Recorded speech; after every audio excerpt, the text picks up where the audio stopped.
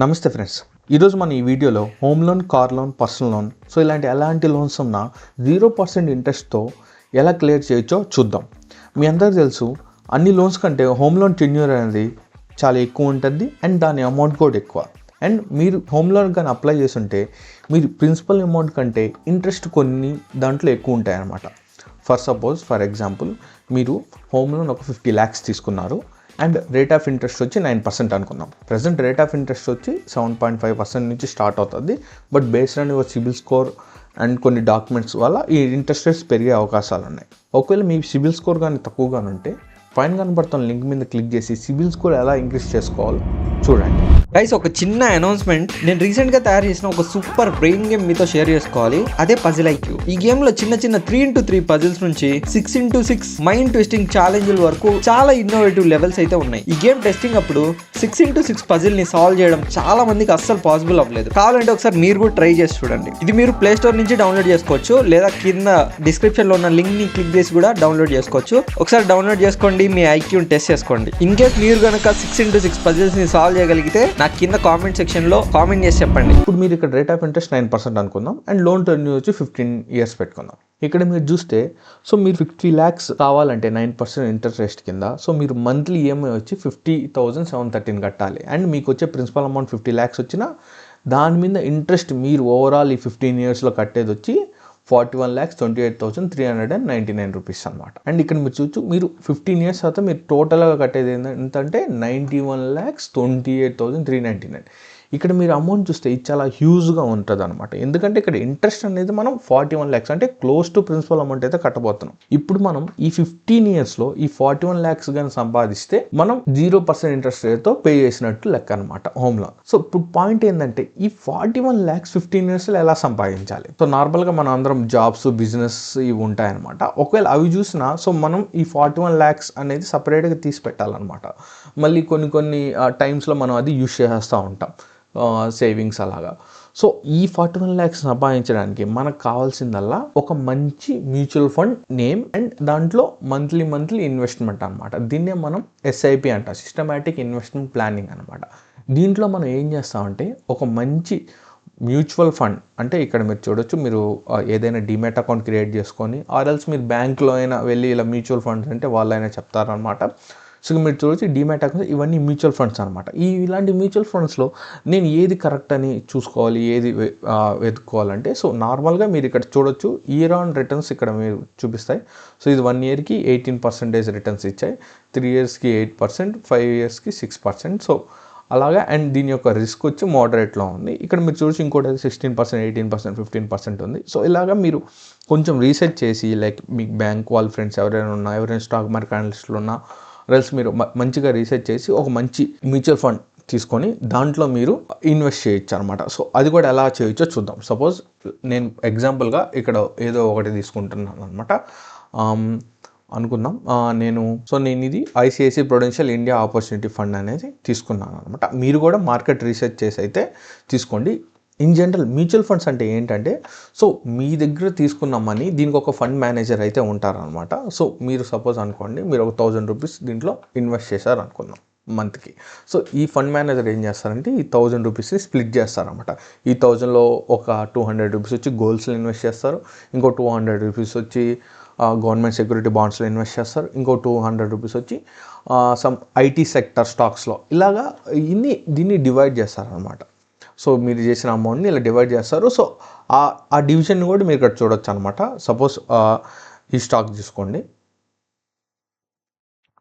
ఇక్కడ మీరు చూడొచ్చు అనమాట 3 yearsకి ఇది ఎంత రిటర్న్స్ ఇచ్చిందంటే 23.51% అయితే ఇచ్చిందనమాట దీని రిటర్న్స్. అండ్ ఇవి చూడొచ్చు కింద. ఇది దేంట్లో ఎక్కువ హోల్డ్ చేస్తుంది అనేది. Financial sector, health care, energy, utilities, technology వీటిలో అంతా ఇది ఇన్వెస్ట్ చేస్తుంది అనమాట. అలాగే కింద మీరు చూస్తే ఆ యొక్క మ్యూచువల్ ఫండ్ యొక్క హిస్టరీ అయితే మీరు చూడొచ్చు. ఈ హిస్టరీ అంతా మీరు బాగా స్టడీ చేసిన తర్వాత దాంట్లో మీరైతే ఇన్వెస్ట్ చేయొచ్చు. అండ్ ఈ SIP ఇన్వెస్ట్మెంట్ అనేది ఎలా ఉంటుందో చూపిస్తాను చూడండి.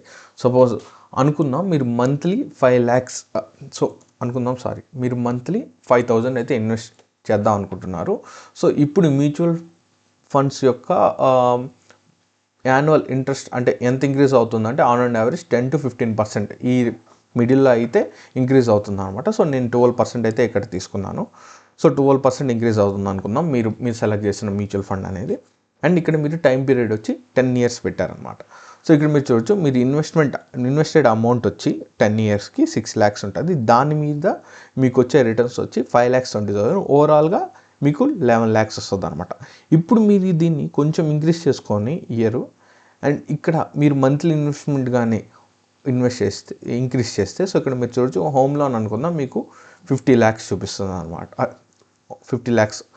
సో ఇక్కడ హోమ్ లోన్ మీరు 50 lakhs అయితే పెట్టారనమాట. కానీ మీరు మంత్లీ ఈఎంఐ వచ్చి 50,000 అయితే పే చేయాలి అనుకుందాం. మీరు 55,000 రూపీస్ పే చేయాలని. సో ఎందుకంటే ఆ 5,000 రూపీస్ దీంట్లో మీరు ఇన్వెస్ట్ చేస్తున్నారు మంత్లీ. సో ఇక్కడ మీరు చూస్తే 15 yearsకి మీరు ఇన్వెస్టెడ్ వచ్చి ఎంత ఫ్రెండ్స్, 9 lakhs అయితే ఇన్వెస్ట్ చేస్తారు. బట్ మీకు వచ్చే రిటర్న్స్ 14 lakhs, ఓవరాల్ 23 lakhs. అంటే మీరు ఇయర్స్ టైం పీరియడ్ ఇంక్రీజ్ చేసినా, లేకపోతే మీరు మంత్లీ ఇన్వెస్ట్మెంట్ నేను 5,000 కాదు ఇంకా నేను 10,000 ఇన్వెస్ట్ చేద్దాం అనుకుంటున్నాను.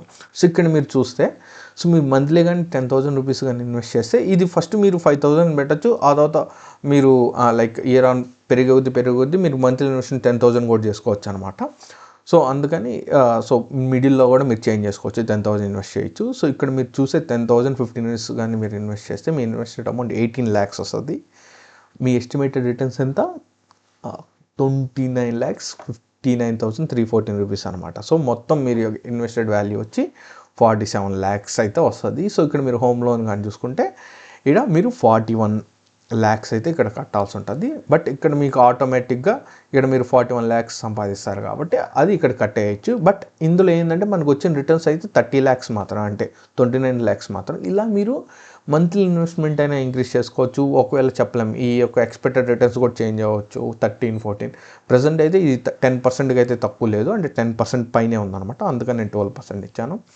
సో ఇలాగా మీరు కానీ హోమ్ లోన్ కానీ తీసుకునే టైంలో ఒక మంచి మ్యూచువల్ ఫండ్ ఆర్ ఈక్విటీ తీసుకొని దాంట్లో మీరు ఇన్వెస్ట్ చేయొచ్చు అనమాట.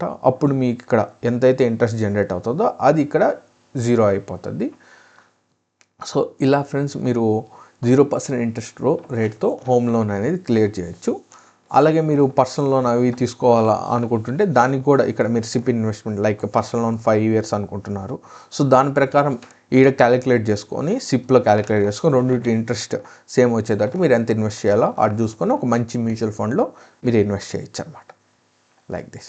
అండ్ ఫ్రెండ్స్ ఇలా మీరు మ్యూచువల్ ఫండ్స్ ఏది చూస్ చేసుకుంటారో దాంట్లో కొంచెం ఫైనాన్షియల్ రిస్క్ ఉంటుంది అనమాట. ఎందుకంటే కొన్నిసార్లు మ్యూచువల్ ఫండ్స్ అనేటివి పెరుగుతుంటే తగ్గుతున్నాయి అనమాట. ఇవన్నీ ఏంటంటే మార్కెట్, అంటే ఈ యొక్క మ్యూచువల్ ఫండ్ దేంట్లో ఇన్వెస్ట్ చేస్తున్నారు దాన్ని బట్టి ఉంటుంది. ఇక్కడ మీరు చూస్తే కమోడిటీస్లో వీళ్ళు 98.5% అయితే ఇన్వెస్ట్ చేస్తున్నారు, అంటే గోల్డ్, సిల్వర్, క్రూడ్ ఆయిల్ వీటిలో. సో ఎప్పుడైతే ఇవి రేట్స్ పడతాయో ఆటోమేటిక్గా ఇవి కూడా పడతాయి ఫ్రెండ్స్.